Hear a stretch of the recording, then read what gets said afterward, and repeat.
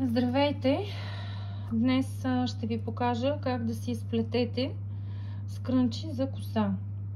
Като необходими са ви плюшена прежда, едно ластиче, което да има разтегателност и да се връща обратно, игла номер 4 и така. Започваме, като взимаме ластичето, прекарваме по този начин под преждата под ластика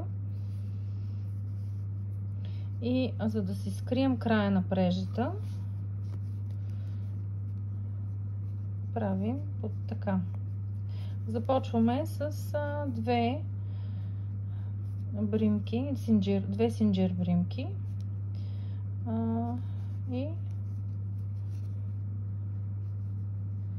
плетем нисък пълнеж, висок пълнеж, извинявайте.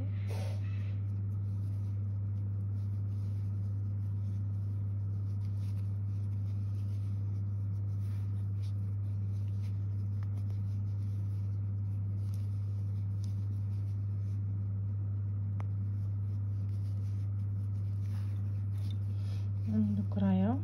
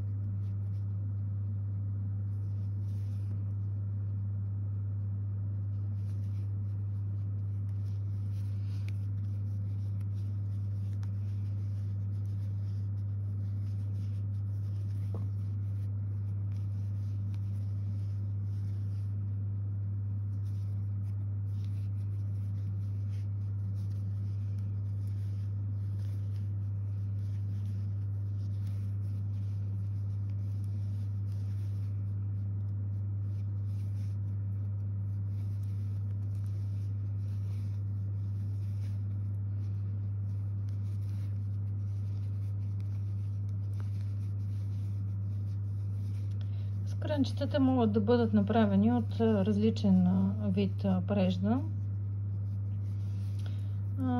по различни начини по принцип, но плюшената прежда им придава един такъв много приятен топъл изглед и са много приятни на пипане, не скубят косата, много са мекички. Аз лично постоянно си ползвам такива.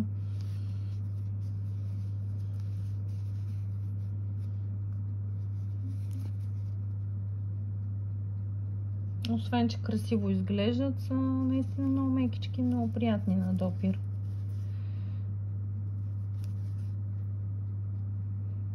Даже има една много красива прежда, която е така с по-дълги косъмчета и много рошеви и много готини стават. Може и от нея да си направите. Аз по-нататък мога да ви пусна едно видео и от нея как стават.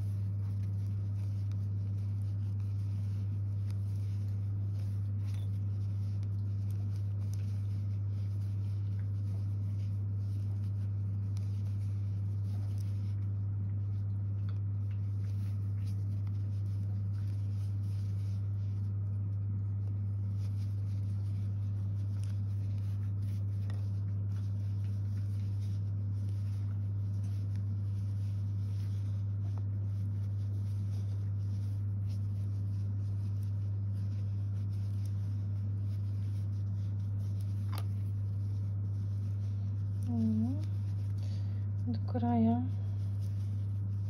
може още малко, за да може да закрием хубаво скрънчето, да не се вижда ластика, въпреки че то не пречи. Така. Значи намираме си първата бримка, която е някъде тук, и правим една слепена бримка по този начин. Така. И сега, за да стане кадраво, може по принцип скрънчето и така да си го оставите, също е много симпатично, ако и не обича по-кадрави, нали, можете по този начин вече да направите по-кадравото скрънчи. Правим си 3 бримки синджир и започваме във всяка бримка, слагаме по 3 такива бримки синджир.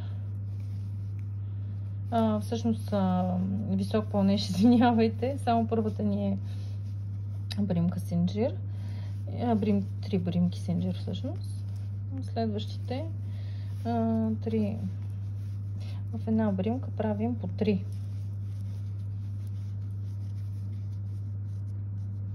Така.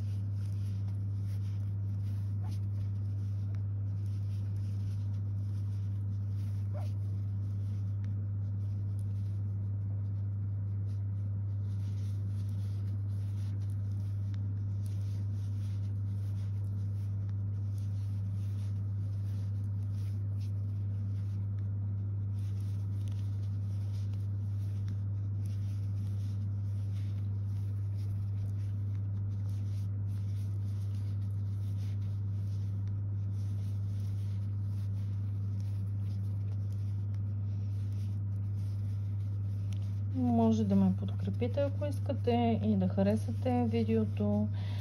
Също така за повече интересни видеа може да се абонирате, за да ви излизат. Аз от тук нататък смятам да започна с повече видеа.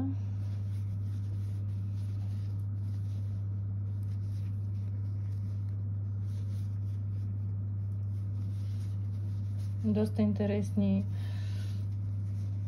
неща мисля да публикувам. Ще ви покажа как може да си направите бързо дамска чанта също. И така.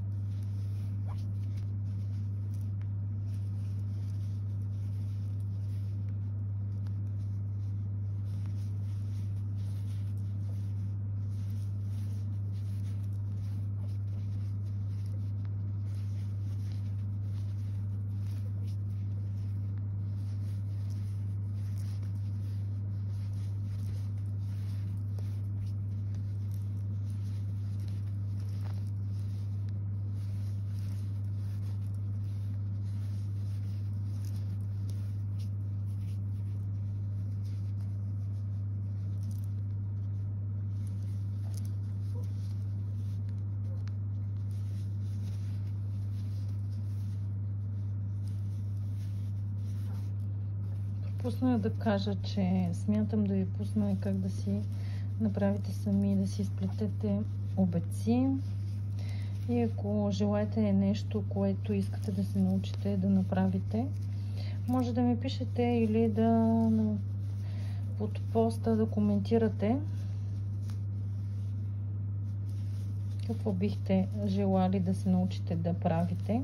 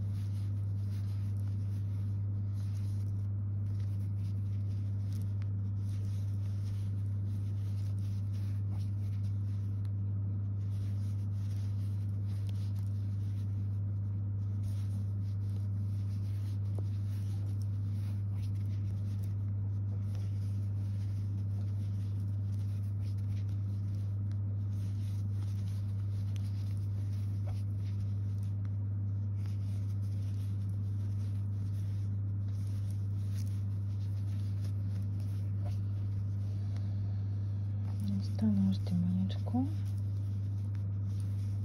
Сравнително бързо става едно скрънчи. В рамките на 15 на минути, 20 на по-опитен плетач.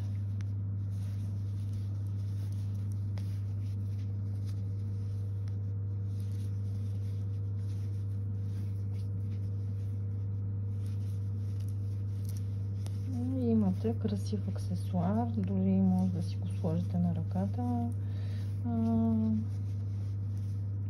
да си го носите, нали, през деня, за да имате винаги ластик под ръка. Аз по принцип така правя, дори понякога забравям, че съм го сложила на ръката си.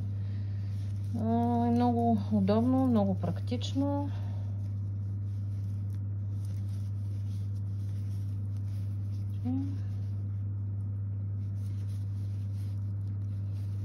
Доста красиво става. Така. Остана съвсем мъничко. Няколко бримки до края. Ще ви покажа сега как да завършим. Може да си го зашиете със същия конец, за да не се разплита.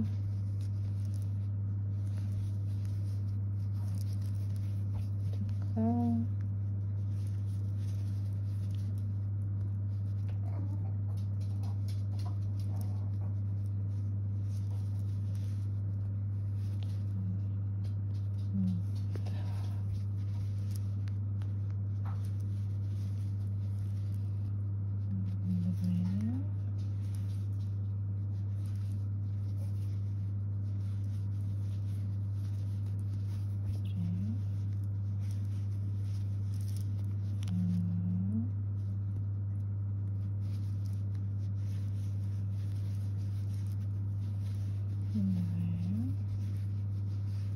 И последната.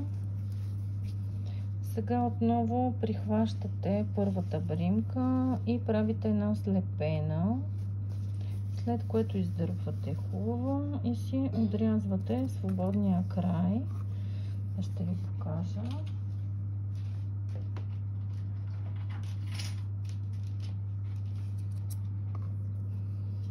Така. Отрязвате го. Изваждате го. Вижте колко красиво и скрънчи стана. Достатъчно еластично. Тук също може да резнете с ножицата крайчето, за да не стърчи. И захващате по този начин. Ето така аз си го правя. Минавам през другите бримки, за да не се разплита. Може накрая да го зашиете. Може да го залепите лекичко с лепило. Нали, такова лепило, което да не се вижда, което да е заплат. И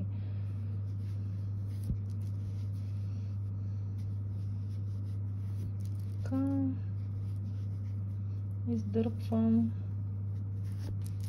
И така. Режа, за да ми остане маничко, за да мога после да го зашия. Ето, вижте аксесуар за ръката. Много е симпатично. И за косата. Благодаря, че плетахте с мен. Пожелавам ви хубав ден.